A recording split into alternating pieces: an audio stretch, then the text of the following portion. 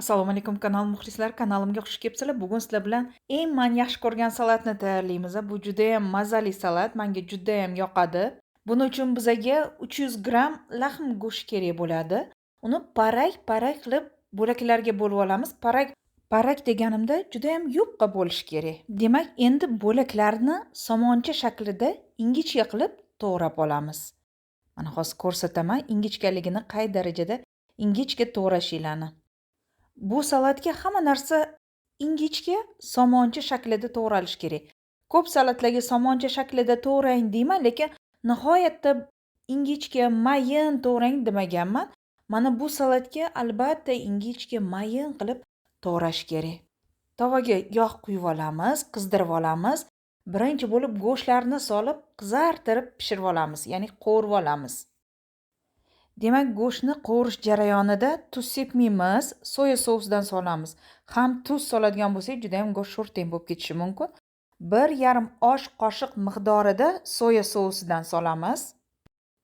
Hamda 1,5 osh qoshiq miqdorida chili sousidan solamiz.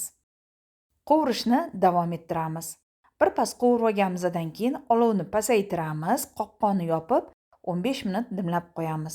15 minutdan keyin ochib qaranglar, go'sht pishgan bo'lsa, olovni o'chirasizlar yoki me'yoriga yetguncha yana birpas pishirasizlar. Bundan tashqari salatimizga 2 dona qizil bulg'or qalampiri kerak bo'ladi.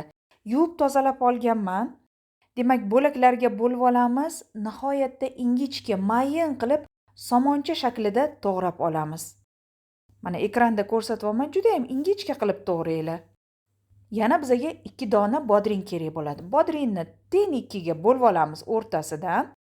Bodringni ham bo'lib olganimizdan keyin parak qilib to'g'raymiz va somoncha shaklida ingichka qilib mana shu bo'y turishiga to'g'rab olamiz.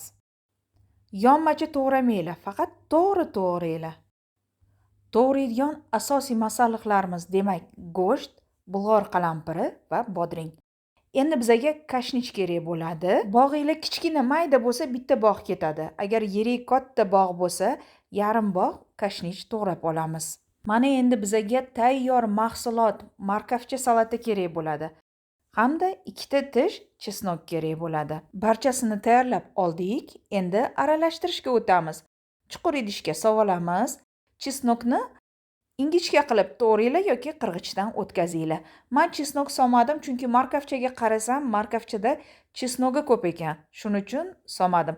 Kashnich urug'i solamiz, chili sousidan solamiz hamda yana 1,5 osh qoshiqda soya sousidan solamiz. Kashnich urug'ini maydalab 1 choy qoshiqda soldim. Chili sousidan 1 osh qoshiq, soya sousidan 1,5 osh qoshiq solamiz, aralashtirib olamiz. Ko'katlardan faqat kashnich ishlatamiz. Salatni yaxshilab aralashtiramiz va idishlarga solib, dasturxonga tortamiz. Bu salatni retseptini menga samarqandlik Diloram opa berganlar, ular oshpazlar. Bu salat Diloram opani ham yaxshi ko'rgan salatlaridan biri. Sizlar ham tayyorlab ko'ring, sizga yoqqan bo'lsa, kommentariyada izoh qoldiring. Ko'rinishi ham chiroyli, ham mazali. Albatta tayyorlab ko'ring. Shunday qilib azizlar, keyingi videolarimda g'oyibona ko'rishguncha Allohga omonat bo'ling. O'zingizni ehtiyot qiling. Xayr, salomat bo'ling.